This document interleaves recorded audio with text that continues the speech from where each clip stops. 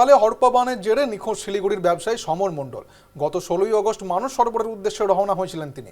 এরপর থেকে তার কোনো খোঁজ পাওয়া যাচ্ছে না। বৃহস্পতিবার শিলিগুড়ির শান্তিনগরের বউবাজারে সমর মণ্ডলের বাড়িতে যান রাজ্যের পর্যটন মন্ত্রী শঙ্কর ঘোষ। পরিবারের সদস্যদের সঙ্গে দেখা করে তাদের পাশে থাকার আশ্বাস দিয়েছেন তিনি। সমর মণ্ডলের নিখোঁজের বিষয়টি নিয়ে স্থানীয় প্রশাসনের সঙ্গে যোগাযোগেরও আশ্বাস দিয়েছেন মন্ত্রী। পরিবার সূত্রে জানা গিয়েছে, পেশায় ব্যবসায়ী সমর মণ্ডলে ঘুরতে যাওয়ার শখ ছিল। এর আগেও স্ত্রীকে সঙ্গে নিয়ে বিভিন্ন দর্শনীয় স্থানে ঘুরেছেন তিনি। বর্তমানে তার স্ত্রী ও 2 সন্তানকে নিয়ে পরিবারের চরম উৎকণ্ঠার পরিস্থিতি তৈরি হয়েছে। মানুষ সরবরাহের উদ্দেশ্যে রওনা হয়েছিলেন তিনি। যেমনটা জানা যাচ্ছে, নেপাল থেকে নিখোঁজ শিলিগুড়ির ব্যবসায়ী সমর মণ্ডল। সমর মণ্ডলের বাড়িতে গিয়েছেন রাজ্যের পর্যটন মন্ত্রী শঙ্কর ঘোষ।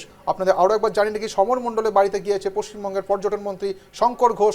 ব্যবসায়ী সমর মণ্ডলে ঘুরতে যাওয়ার শখ ছিল বলে জানা যাচ্ছে। মানুষ সরবরাহের উদ্দেশ্যে রওনা দিয়েছিলেন, কিন্তু তারপর থেকে তার কোনো খোঁজ পাওয়া যাচ্ছে না। নেপাল থেকে নিখোঁজ শিলিগুড়ির ব্যবসায়ী সমর মণ্ডল। দেখছেন সেই ছবি, ইতিমধ্যে যে শঙ্কর ঘোষ, রাজ্যের পর্যটন মন্ত্রী সে শঙ্কর ঘোষ সমর মণ্ডলের বাড়িতে গিয়েছেন, সেই ছবি আপনাদের দেখাচ্ছি নিউজ লাইভ বাংলায়।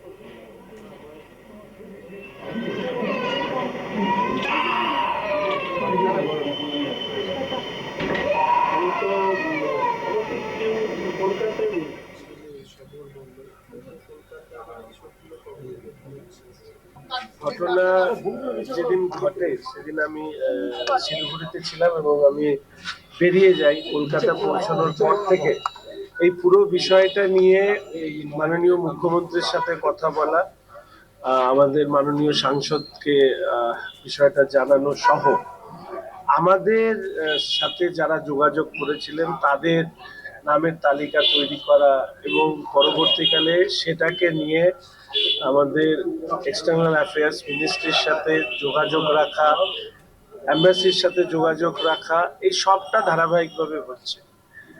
যেটা সমস্যার যে এই মুহূর্তে পুরো প্রশাসনটাই ত্রাণ বা যারা আটকে গেছেন তাদেরকে বের করানোর কাজে ব্যস্ত।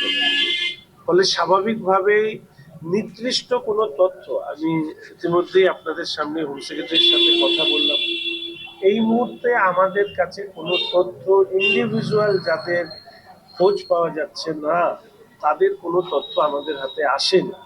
আর যাদেরকে বিভিন্ন যারা ওখানে গিয়েছিলেন, আটকা পড়েছিলেন, যারা যোগাযোগ রক্ষা করতে পেরেছে, যোগাযোগ করতে পেরেছেন, তাদের সুরক্ষাকে সুনিশ্চিত করার পাশাপাশি যাদের খোঁজ পাওয়া যাচ্ছে না তাদেরকে খোঁজবার ক্ষেত্রে সরকারের পক্ষ থেকে, দেশের সরকারের পক্ষ থেকে আমরা লাগাতার প্রয়াস চালাচ্ছি।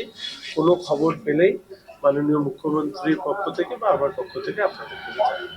ঠিক আছে।